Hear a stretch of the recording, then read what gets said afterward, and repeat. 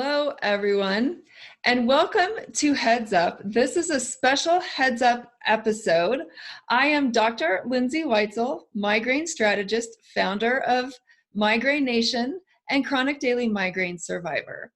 I am here today. Again, we have had her before. She's so awesome. This is Dr. Dawn Buse. Dawn Buse is a clinical professor of neurology and a psychologist who specializes in headache. Hi, Dr. Buse. How are you today? Hi, Lindsay. Nice to see you. Dr. Nice to Weitzel, see how are you. you today? Good. So this is an episode that Dr. Buse and I have been so excited about. This was supposed to be live, and we are here to talk about resilience and migraine and how to apply very specific resilience techniques to help us coping with our migraine disease, and how important these techniques might be even more so at this time with COVID and with social distancing and with us being at home so much, unable to do so many of the things we want to do, maybe even having less access to care and to our coping strategies that we usually have. We had a couple issues today. We had both a migraine related issue and some technical problems. So what we have is we have some questions and some topics that our lovely audience brought to us online that we are going to address as we talk about resilience. So we are so grateful for our audience. We are so grateful to have Dr. Buse with us today. So let's start, Dr. Buse.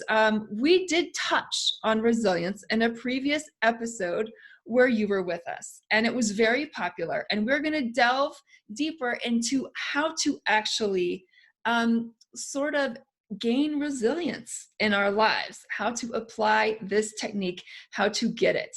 So let's just talk about what resilience is first. Absolutely. So resilience is the ability to function and flourish after a hardship, a trauma, a major stressor. And unfortunately, as humans, we all experience dangerous, scary, sad, and traumatic things throughout life, and they're not avoidable. But the important thing is it's less about what happens to us, and it's more about how we respond to it. So I know you and I both love this quote by Jon Kabat-Zinn, which is, you can't stop the waves from coming, but you can learn how to surf. And so it's really learning how to surf. And, Lindsay, just as you said, we were starting this podcast and you had a migraine attack and your account wasn't working. And so, you got knocked down, and look at you, back up, doing great, looking great, sounding good. That's resilience. And I think during this time, the whole world's resilience is being tested like never before. Yes, well, that's nice of you to say about me. Yes, we did have an account problem today, and here we are. It is so important when you are a person with migraine disease, gosh, especially if you have chronic or near chronic migraine. This is the thing I think that saves us, is resilience. We don't know when we wake up what's going to happen. For example, today, maybe it's a good thing this happened. I was literally fine and talking to you about this podcast just a couple hours before we were supposed to go live, and then I was not fine. And it is a wave that we had to deal with and had to overcome so that we could get this great information out to people. And right. So it really is how we respond and the skills we learn to overcome. And so I love this topic.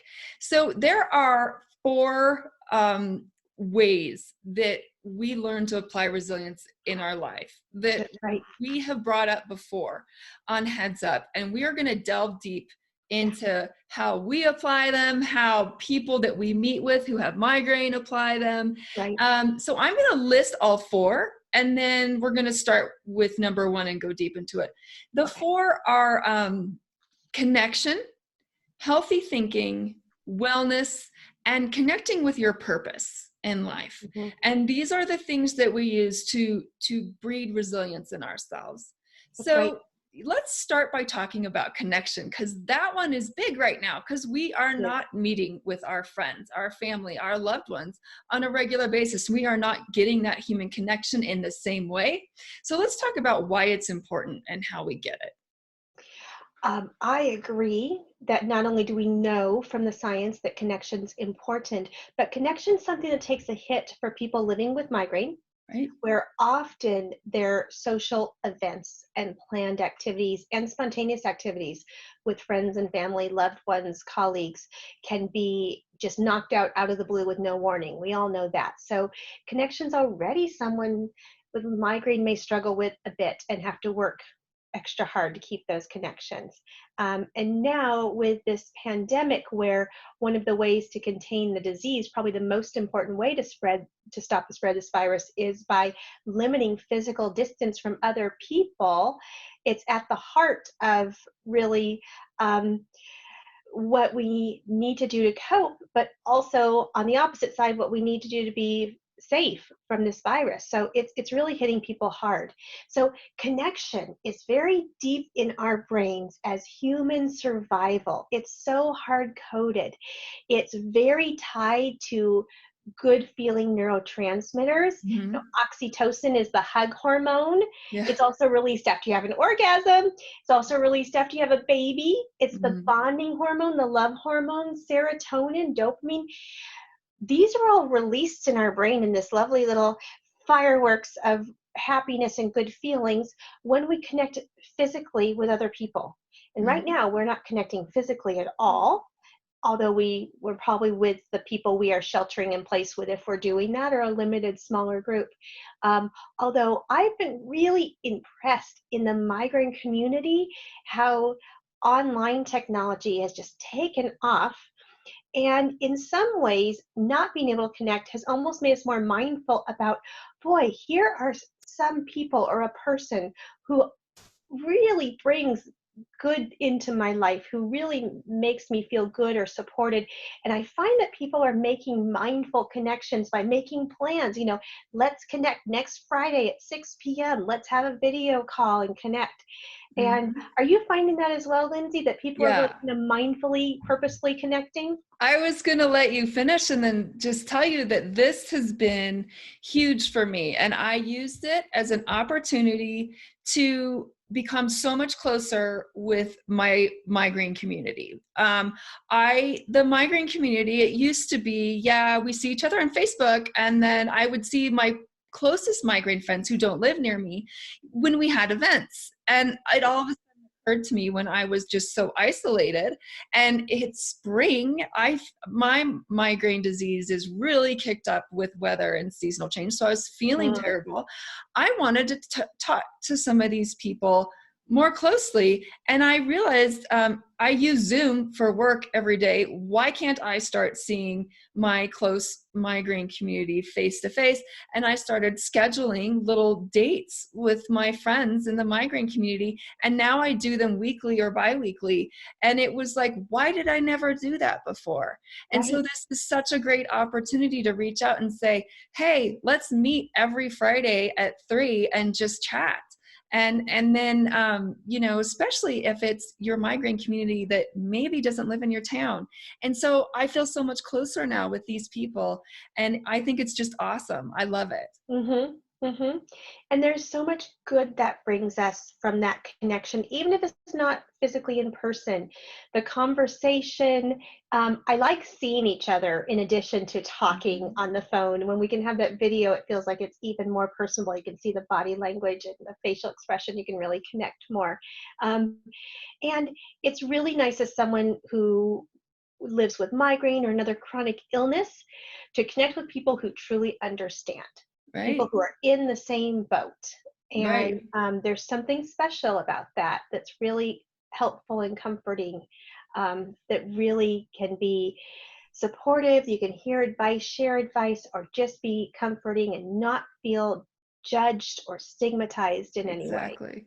And Kind of I a don't, kind of right. freedom. And unless I'm, really doing bad, I don't feel the need to cancel on someone when I have a Zoom I call them Zoom happy hours. If I have a Zoom happy hour with someone that also has migraine and I'm not feeling great, I know they're going to understand. And then generally I feel better after connecting with Yes. them. And so it's a great thing, because even if I feel sick, I can talk to someone and then I feel better. And I really love that opportunity. And it's something that before COVID, I didn't do. And so I'm actually really Interesting. grateful to have Yeah. learned that. So So in yeah. addition to those one-on-one connections, there are some wonderful online support groups, Mhm. education groups. Certainly the National Headache Foundation has great online resources. There's social media groups, the American Migraine Foundation, um, the Migraine World Summit has a group, all sorts of, Retreat Migraine Mhm. just happened and went all virtual. Right. And that's a place where last year, several hundred people living with migraine were together in person, and it was special and wonderful. And this Mhm. year it had to pivot to online, and it was a little different, but it still happened, and those connections are still there. So there's, maybe someone's watching or listening who doesn't have really a migraine tribe, Mhm. um, and they're kind of wondering how and where to find folks to reach out. And listening to this podcast, following NHF, and checking out some of those other resources like CHAMP, the Mhm. Coalition for Headache and Migraine Patients, Migraine Again, the Migraine World Summit, Retreat Migraine. Those are all places where you can find those connections. Sometimes some people just like to kind of listen in and read the comments from other people, Right. kind of follow along, and maybe they do that for a while before they decide to post, or maybe they always kind of read along. And so you can connect on a way that may be even a little bit a little bit less one-on-one, and Mhm. still feel a lot of that connection, and knowing that people are in a similar boat, and hearing ideas, strategies, Right. and And so you negotiating. can go to Facebook and type in migraine, and there's so many groups too. These are places that you can both learn and gain community. Yes. So all the places Dawn listed, in addition to the Facebook groups, I think are magnificent places Yeah. to gain your community and gain Yeah. some knowledge too. And So one of let's, the nice things, real quick go before we leave that, Lindsay, one of the yeah, nice things about the groups that we just mentioned, we know these are all kind of managed and vetted, and to some right. degree moderated Mhm. by the scientific organizations, and by patient advocates who are kind, caring, and knowledgeable. So Knowledgeable. they also stay in the lane of kindness and compassion and no bullying. So those are groups that you and I already have vetted and said these are good groups. Exactly. Yes.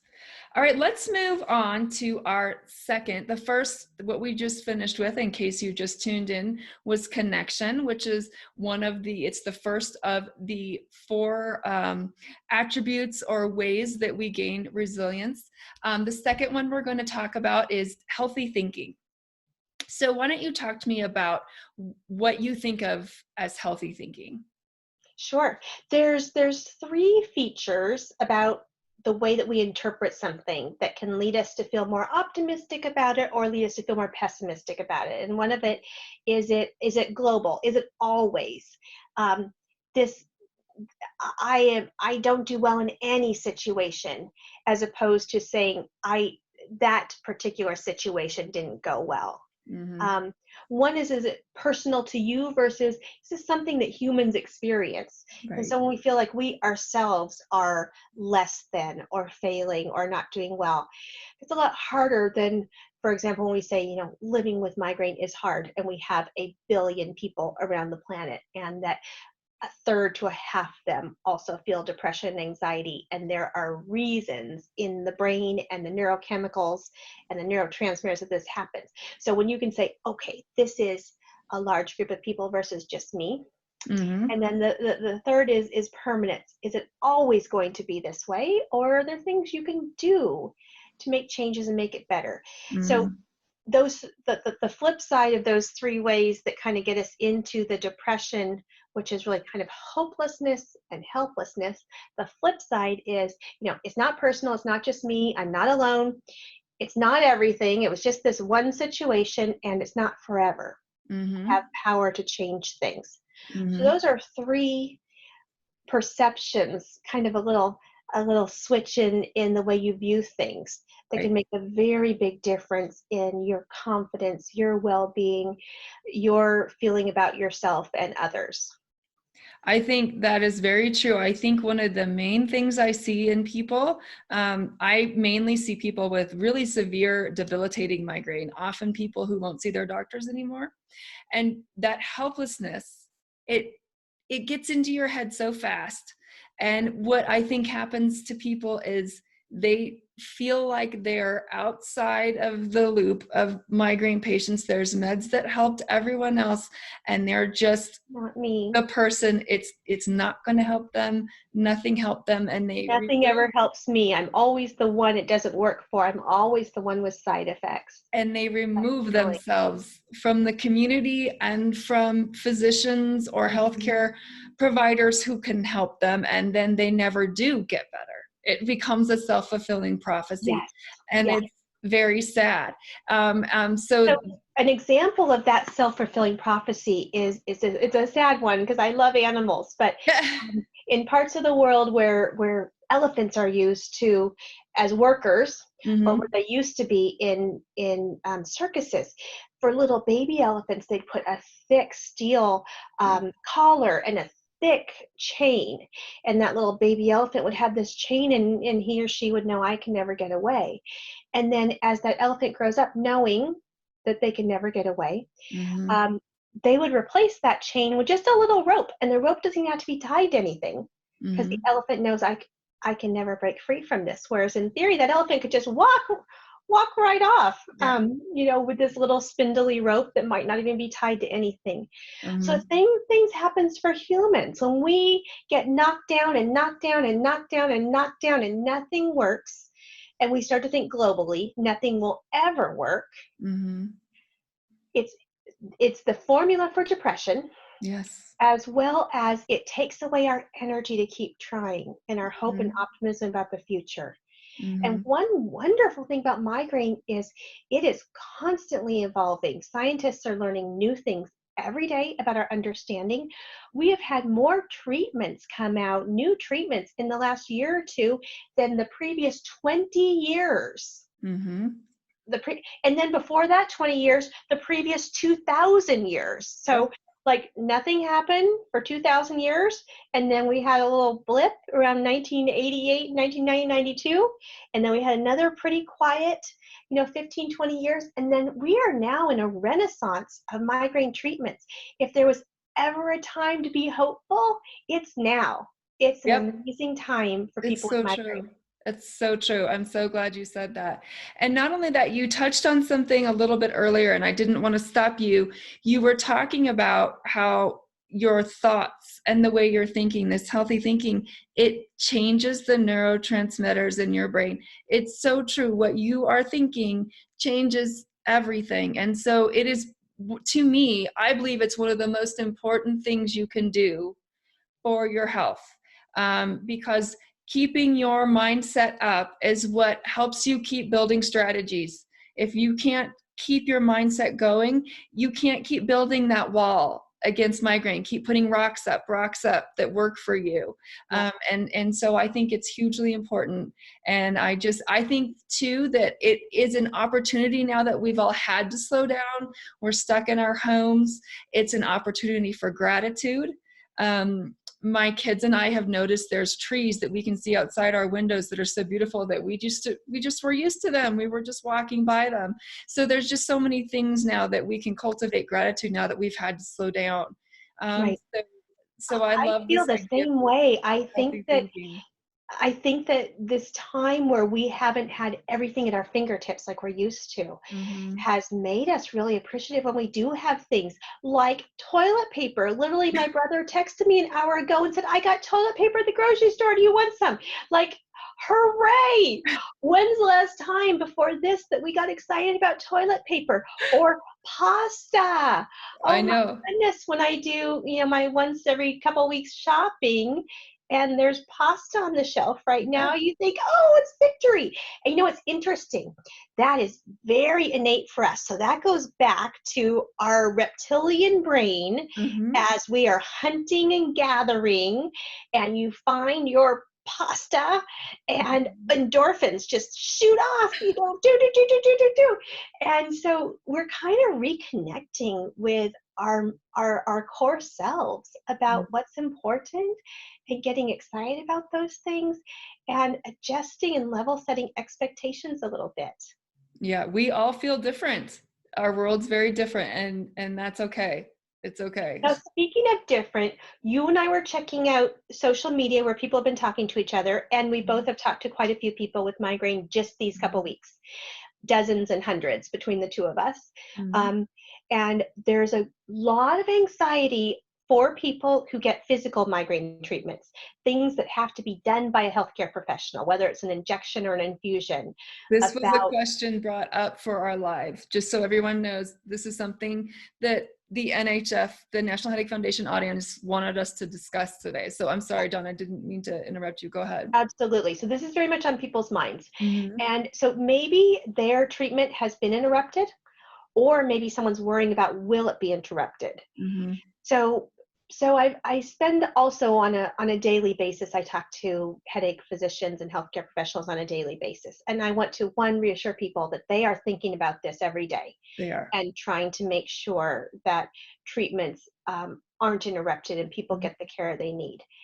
At the beginning of the pandemic, as a lot of the hospitals and health systems went into overdrive caring for people who are COVID positive and shutting down, closing down, or limiting a lot of the non-COVID-19 work, a lot of those departments like neurology or primary care, where you probably get that care, pivoted to telehealth. And of course, in telehealth, you can't get an injection or infusion.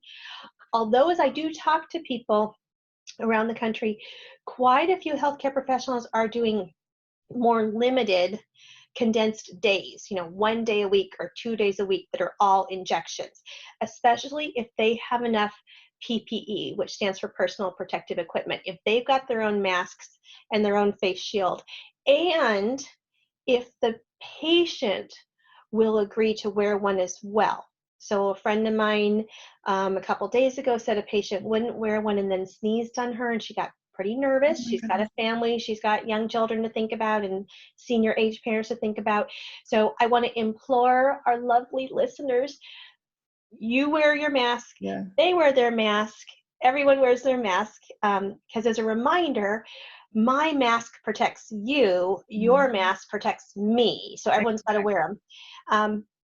And even if you're not symptomatic right now, because a good percentage of people who are actually carrying the virus are not showing symptoms. Mm-hmm. And so a lot of hospitals, healthcare centers, just this week and the last couple of weeks have figured out a plan.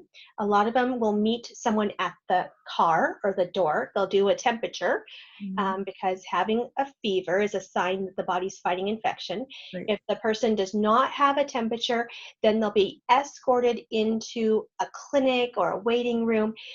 They're not left to sit with other people. They're going right to rooms. So there's less chance to catch it from other people, to infect other people. So in some ways, it's become very streamlined. With you're not even waiting. You're from your car to the exam room in one fell swoop, procedure, and back out. Yeah. And if your particular healthcare professional isn't doing this right now, you might be able to ask her, him, is there someone else in your system or outside of your system who I could see temporarily? Yes. You might be able to see if this is something they think is going to be coming soon. A lot of changes are happening this week in many states. I think a lot of change happened last Monday. A lot of changes are happening next Monday. We're kind of in the middle of a change in policy. So keep watching that. Right. As much as possible, try not to let your thoughts ruminate on this. Just shut it down so hard. Wrap up that worry, put it on the shelf, because worrying is not going to get you anywhere. Yeah. And know that whatever the plan is this week, with as rapidly as things are changing with this virus, as our knowledge grows, there's going to be a different plan next week and a different plan the week after. Yep. I know some people also who are getting physical procedures. It may have been a preventive, it may have been Botox every 12 weeks, it may have been an infusion every couple months. Um, some of those, their healthcare professionals are switching to a different type of preventive temporarily, or changing other parts of their treatment. So that's another thing. If you haven't had an appointment with your healthcare professional, get a telehealth appointment, talk it Mhm. through. She or he may already have a plan for you. Yeah, get They your probably do. answers. Like Yeah, you said, put it on the shelf. I say put it in a box. Put it so that you can get through your day, yeah, but get your answers so yeah, that your brain rests. For those of you that need Botox, yeah. I get my migraine Botox. Mine was late and it did cause some pain, but I did eventually get it. I just got it. I wore a mask through the whole procedure. She wore a mask. We seated 6 feet apart in the waiting room. There was a lot of extra hand washing going on. I had to wash my hands, but the providers are figuring out ways to get it done now. So Yeah, get yourself updated on what your provider's doing, and then yeah, put it on a shelf. And if it's going to be more of a delay, see if there's another medication you can add to your regimen to get you through. Strategy, and strategy, strategy. yeah, I love that. And remember that stress, I mean, the irony of this, kicking you when you're down, that's the way migraine is, right? Stress is going to increase your chance for greater attacks and longer attacks. So, Mm-hmm. got to really talk yourself through. If Mm-hmm. yours is going to be delayed like yours was, Lindsay, you got to say it's another 3 or 4 weeks. I probably am going to have more attacks or more pain or longer duration. They may be less responsive to my acute treatment, but I'm going to get through it. I'm going to breathe. I'm going to meditate. I'm going to sleep more. I'm going to eat more ice cream. You do what you do need to do. Yeah. For many people, it's a time. This is a time when many people are getting more sleep because we don't have to get up uber early. Even though you're a morning owl, I know, or a morning lark, so Morning you're up service. early. But a lot of people are getting to sleep. They're not getting up super early to get their kids ready, get themselves ready, and commute to work. So you might be getting more sleep. You might be having time to stay hydrated and eat regular healthy meals. Lots of people are cooking, all sorts of great cooking going on. Mhm. Um, some people are figuring out how to exercise, whether it's yoga at home, in your office. I know you and I were talking, Lindsay, my yoga mat's right here for Yes, this mini moves into our stretching. next point. Like the Yes, next point for how to bring up resilience into your life is wellness. Um, yes. so this is a lot of what we're talking about now is Mhm. how we bring wellness in. So The how do we make our seeds for success fit in this alternative reality we're in? So the right. sleep, the stress management, the exercise, the staying hydrated, and the proper nutrition. Those are our seeds, SEEDSS, and Mhm. social support. How do we make them work in this crazy alternative universe we're in? Yeah. Yeah, I can tell you that I have this new amazing thing that I don't know why it never occurred to me before. I do yoga normally in the real world. And now my yoga mat is sitting right here next to where I work because I will feel, tension. I will feel pain starting to come, or I will start to feel really stressed when I'm trying to work during the day. And now my kids are in the house with me while I'm working, and I will get up and do a series of yoga. I actually made up my own little series that's helping me during this particular time. And I'll just randomly get up as I'm feeling stressed or tense.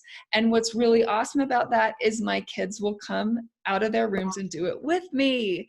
And so it's been so awesome. So that is one way that I'm bringing wellness into I this like stay at that. home situation. I like that. And your kids are a little older. I have a 1-year-old and a 4-year-old, and I found something called Cosmic Kids Yoga, Mm-hmm. which is online for free, and it's got a story that kids like. So I Oh, find if my kids are, because my kids are home, I'm working from home with them at home these days. I find if they're following the exercise and entertain, then I can kind of also try to stretch. Now, yeah, of course, none of this is saying it's easy. If you're yeah, in the midst of an attack, if you're in a yeah. lot of pain, if you're in a bad cycle, if you're in a multi-day attack, if you don't have your treatment, I mean, you and I both, Lindsay, have, great compassion for how hard this is. So we're not trying to whitewash that any of this is easy. Yeah, and I am a yoga instructor, and I don't do yoga during the midst of most of my migraines. There are a couple types I get that I can still move around in the middle of them, but most of them I don't do yoga right in the midst of the worst Yeah. of them. It's more of a preventive technique Yeah. than an abortive technique, that's for sure. Yeah. But there are a lot of things we can do in house, and there are so many yoga videos online. All of a sudden, they're So everywhere. many. Mhm. And other types of exercise too. I've also seen more people walking in my neighborhood than I even knew lived here. Mhm. I'm amazed by the amount of people just out walking around their neighborhoods. Mhm. People are wearing their mask and keeping distant from each other. But there's so many ways to get out and get exercise. And like you mentioned, noticing the nature in Yes. your yard, in your neighborhood. There's all Yes. sorts of possibilities there. And I think the meditation videos are so important. If you're good with guided meditation, there's something for everyone Yeah. online. We have apps now. We even have migraine specific apps. But if you just want to try meditation that isn't necessarily specific to migraine, Mhm. there's so much you can do. There's ones for kids if your kids are at home with you. There's ones for you. There's ones for your spouse. There's everything you can think of. And it can be so helpful, a good way to start your day when you're trying to start your day in a positive way. A little bit of yoga, a little bit of meditation, whatever works for you. Right. Now, one thing I've seen a little bit posting on that a couple people have noticed is it's fun to have a Zoom happy hour like we've talked about, but some people have noticed they're coping by drinking a little bit more or more often than they're used to, or a little bit more. And a lot of people are doing amazing baking, but people might be eating a little bit more and exercising a little bit less. So I think we want to keep in mind to keep a healthy balance in our coping choices. And it's a little hard to do when we're at I home. live across the street from an ice cream shop. Oh, have they been open? Can you And a go liquor check store, now out? that I think about it. Oh my God. Yes, it's really cute. The ice cream shop gives you pints out the window. Oh, nice. So it's rough to stay away from. So That's yeah. hard. That's hard. And you're supporting the economy. You're doing your part. So, but I mean, that's something I've seen, a little bit as I talk with folks kind of navigating Yeah. during this difficult time. We all tend to go to these kind of comfort activities. Mhm. But we do want to think about staying healthy and keeping that regular routine. We know that the nervous system and the brain thrives on a regular routine. And so it's not just getting enough sleep, it's going to bed about the same time every night, waking up about the same time every day. And if you're not a regular work from homer, it can be easy to let go a little bit of the personal hygiene, trying to remember, when's the last time you showered. Personally, I know I will wear shoes again someday, but Yeah. it's been a while. Mhm. So but those routines and kind of getting up and doing whatever routine you do and getting dressed for the day is a great reset for us. It's good for our energy and spirit to, Mhm. try to change out of whatever our pajamas or sweats or lounge clothes were to daytime clothes. Keeping our body in a circadian rhythm that feels normal helps migraine. It's very Right. important. It works back in the hypothalamus again, a place that is involved in migraine generation. And it really needs that regular sleep, the regular waking, the regular exercise. Peter Goadsby called this the boring lifestyle. Mhm. And he's right. He's right that we want to keep on a regular routine as much as possible and not start to kind of cycle into lack of routine during Right. this unusual I time. I try to focus on it. I don't see it as boring. And maybe that's because I've had to be like this my whole life. I had daily migraine for the first 30 years of my life. But when I work with someone who has migraine, what I do is I try to get them in that reset mode from the time they wake up. That's why when you hear me talk, I'm talking about meditation, yoga, walking, any even the smallest sort of exercise first thing in the morning, Yeah. because then your mind starts in sort of this positive place from the start. And if you start to dip a little, get a little sad, start to feel a little bad, you can just do it again a few hours later. And we're not talking about extreme exercise here. We're not running miles as soon as you wake up. We're just doing a little something with your brain and a little something with your body that starts you off in a better place. Even one breath cycle, in through the nose, hold it, big exhale, starts to get oxygen into the bloodstream, up into the brain, relaxes the muscles. It's really good, and that literally takes 10 seconds. And I should give a little bit more context about that quote. Dr. Goadsby, who's brilliant but also very funny, wrote a commentary to— You're right. We didn't mean to make him sound like he said. No, he's brilliant, and he's funny, and he's Australian, and I think it was tongue-in-cheek. And he wrote a commentary because Dr. Richard Lipton and I had published an article about stress and letdown as a trigger for migraine. And, our institution is in New York City, and Dr. Goadsby wrote an editorial and said, how do you keep a regular lifestyle when you're busy and you're stressed and you live in New York and da da da. So it was tongue in cheek and just humorous, but the message of that routine is just the nervous system just does really well in that routine. It expects it, and it's the best thing for the migraine brain, which is hypersensitive. It just responds to changes, all those changes. You mentioned spring. Spring for you comes with all sorts of changes and triggers. It's so pretty, but I never feel well. And it's sad because as a child, I remember I didn't like Easter, even though children are supposed to love Easter. And looking back, I know it's because I didn't feel well. Well. Yeah. And so, spring and seasonal changes are not good for me. I get a lot of migraine during those times, and a lot of attacks. So let's move on. So we talked about 3 so far, right? So we've done 3, and again, these are healthy thinking, and the last one was wellness. Connection, healthy thinking, and physical wellness. Physical wellness, yes. So the last one we're going to talk about, and again, these are ways that we approach resilience. These are how we cultivate resilience in our life, is connecting to our purpose. And I love this one because this is so true in my life. So can you talk to us about what that means to you? I think your purpose and your passion is what feels natural and important to you. And it's really when you have that magical blending of your natural abilities and aptitudes and interests with a vocation, whether it be a paid profession or a volunteer or another type of outlet, whether it is a sport or a hobby or or art or advocacy. That's your passion. It's in the zone. It's just your place. And when you're in the zone, psychologists call this flow. When everything is perfectly aligned and you are not having those thoughts, those worries, those constant criticisms that go on in your brain, you are just being. And it's just flowing, and you are your best self. Yeah, you'll never work another day in your life.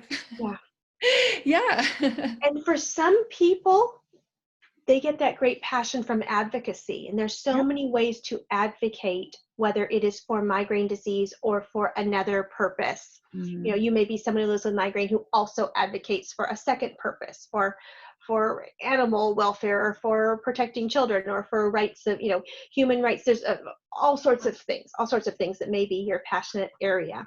And what's interesting is I keep hearing stories about how this pandemic and all the crises and stress, fear, worry, boredom, loneliness, financial destruction that comes along with it is also giving people a pause to rethink, was I doing what I wanted to do with my life? Am I missing it? Right. Is there something else that's calling to me? And I've heard several people say, I'm finding that I really care more about this over here, and I've got a little time right now to look into it, and I'm feeling called in a different direction. People really are, whether people are deciding, people are losing their jobs, or they're at home deciding they want to do something else on the side because they're realizing that their work is not necessarily fulfilling to them. And it can become so important, I feel, if you're someone who experiences migraine, if you wanted to help in that area, if that was where you wanted to apply some of your energy, it can help you so much to be an advocate. I actually started, I was a scientist, as you know, and a clinical scientist for years, but there was no one working in the area of migraine where I lived. And as hard as I tried, it was not, it would just wasn't here. It wasn't something I could do.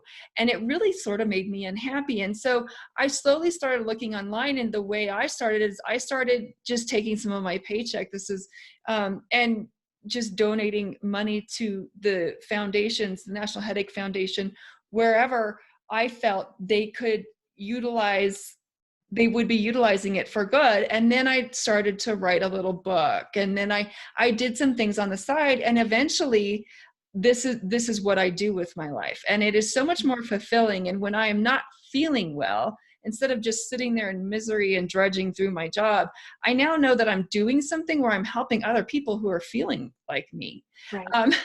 And it's so helpful. It's so helpful. Scientifically, we do know that even if you are in pain, living with an illness or disease or disability, when you put that focus outside of yourself to help someone else, that altruism, that your mood, your well-being, Right. your confidence and your pride just skyrockets. Right. And again, that's not to negate that we care about each of you listeners who live with migraine and know this is not easy. So we're not trying to say that. We're not trying to say now just go out and advocate for whatever policy change or education.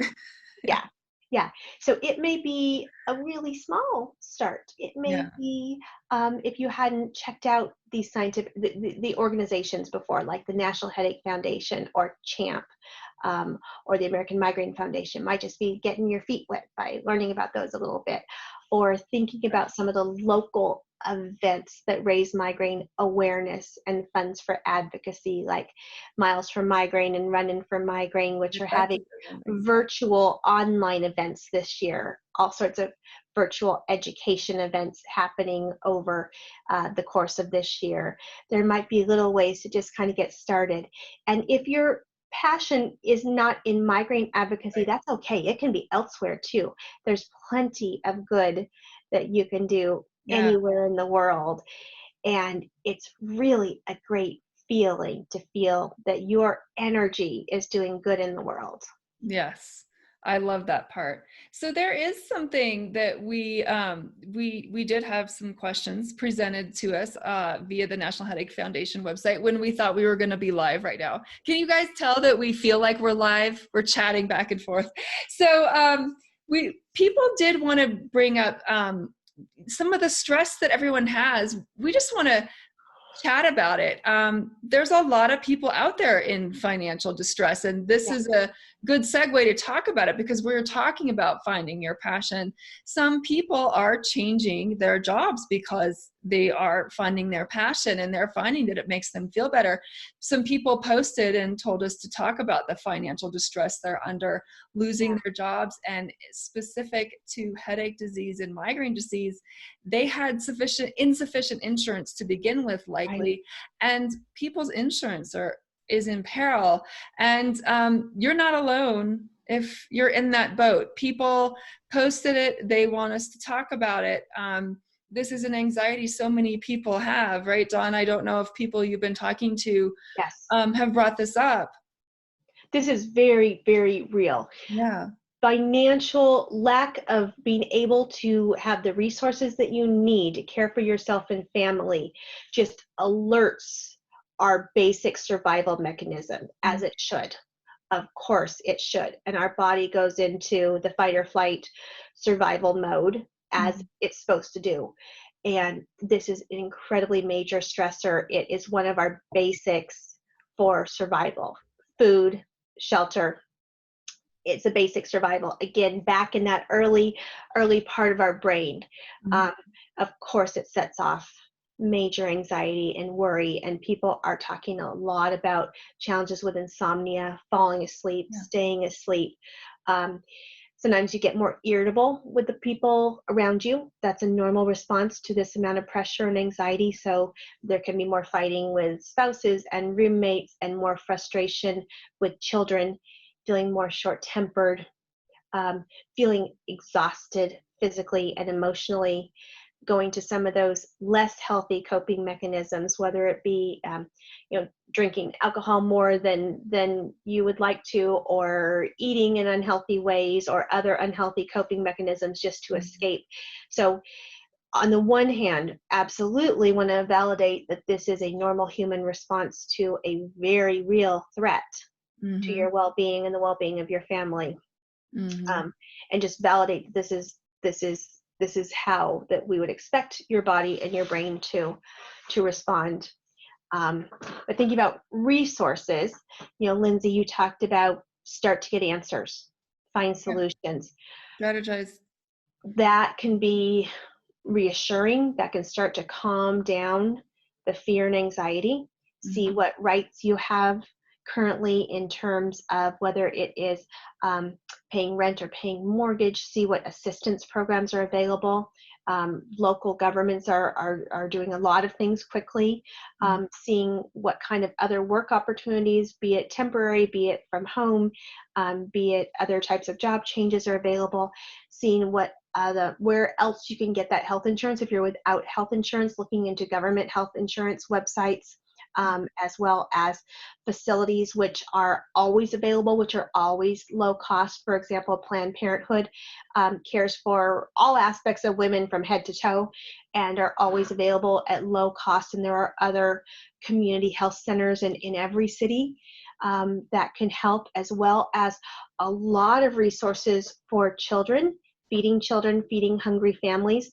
I've been so impressed in my local community how much effort people are putting into making sure that families have food they need. Yeah, and the schools are providing school lunches, breakfast and lunches. So look in your community, see who has breakfast and lunches. So elementary schools, junior high schools, public schools have breakfast and lunches, as well as there's a lot of food drops and donations organized around cities. So as much as this fear is incredibly real and is probably one of our most basic survival fears. So it is hitting you exactly where the brain's emergency alarm goes off.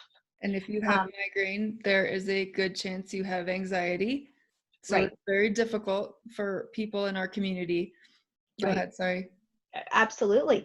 And if you have migraine, there's also a good chance that you may have had other stressors, other traumas in your life, like adverse childhood experiences, abuse or maltreatment, PTSD, panic. So what's going on right now in the world may be re-triggering. It may not be causing your first experience of anxiety or panic or PTSD. It may be re-triggering where you already have had experiences which have left your nervous system feeling vulnerable, and that the world is not safe. More sensitive to a person with a chronic disease than their health insurance.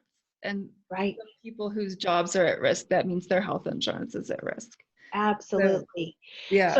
So as you said, Lindsay, start to get answers, look for solutions, reach out to government agencies online, see where, if you're without health insurance, how you can secure health insurance quickly for you and your family, and where you can get your basic needs met, food and shelter for you and your family.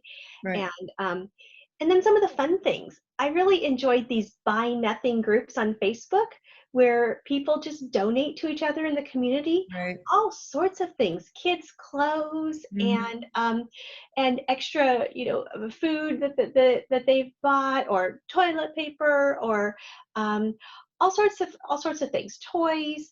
So there are ways to find resources and find what you and your family need, which maybe you hadn't needed to use before, but they're there. They're for all of us. Yeah. And please don't feel shy. Take advantage of them. Right. And circle back to the resilience techniques that we were talking about.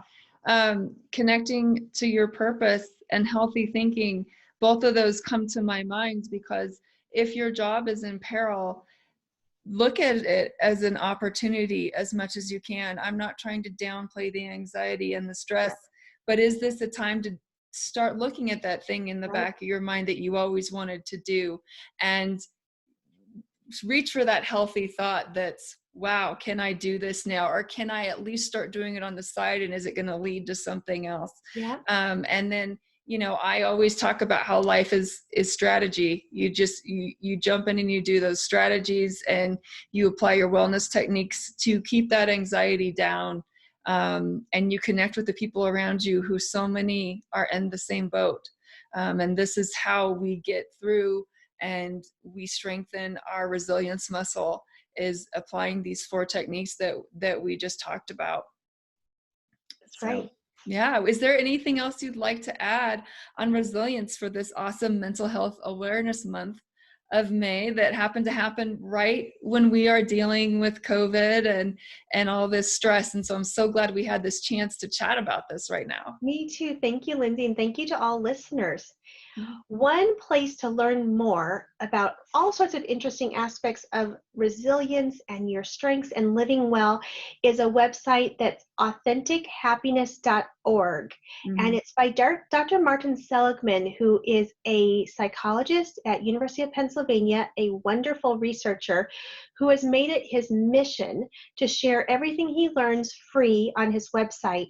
And if you go to that website, there's checklists and questionnaires, like a Find Your Strengths questionnaire, resilience questionnaires, and also strategies for learning and enhancing all of these positive strengths. So that might be a place you want to check out. But in general, I am constantly humbled, amazed, and impressed by the migraine warriors that I meet. You are already a very resilient group who, for many people, have been dealing with a chronic, unrelenting, unpredictable, painful adversary who comes whenever it wants to, without warning, and knocks out some of the best parts of your life. You're already living your life with that and doing it with a lot of grace and dignity. And I'm constantly impressed and amazed by all of the warriors who I see and talk to. So also be gentle with yourself and acknowledge all of your strengths and grace and the dignity with which you live your life and cope, because you are very impressive. Yes, be so gentle with yourself. I have to remind myself that every day. No, I didn't accomplish the 8 million things that God only knows why I expected myself to do sometimes. But gosh, look at everything you did do today or this week, or whichever day you felt well enough to accomplish a few things. Look at the things you did do. That's how, one of the ways that I get by, because I think we're so hard on ourselves, and we should never be hard on ourselves. There's just no reason to be that way, especially for those of us with migraine or chronic migraine, and I hate using that word, because then there's someone out there who gets like 11, 12, 13, 14 migraine days a month, and they're not actually categorized as chronic. I mean, gosh, give me a break. They're dealing with so much, right? So yeah, so watch the research space, because we've got a publication that I'm going to send in the next week or two on high frequency episodic migraine. Right. 8 or more days per month. Yeah. Is in almost every respects as challenging in almost every respect as chronic migraine. So yeah, it's so challenging. The bar is probably lower than fewer days than I mean, how low is that? 8 times a month, 2 whole days every week. Yeah. Living with pain and disability, that's really rough. Yeah. So build each other up, and take it easy on yourself, and look at the 4 steps that we talked about that help you build your resilience muscle.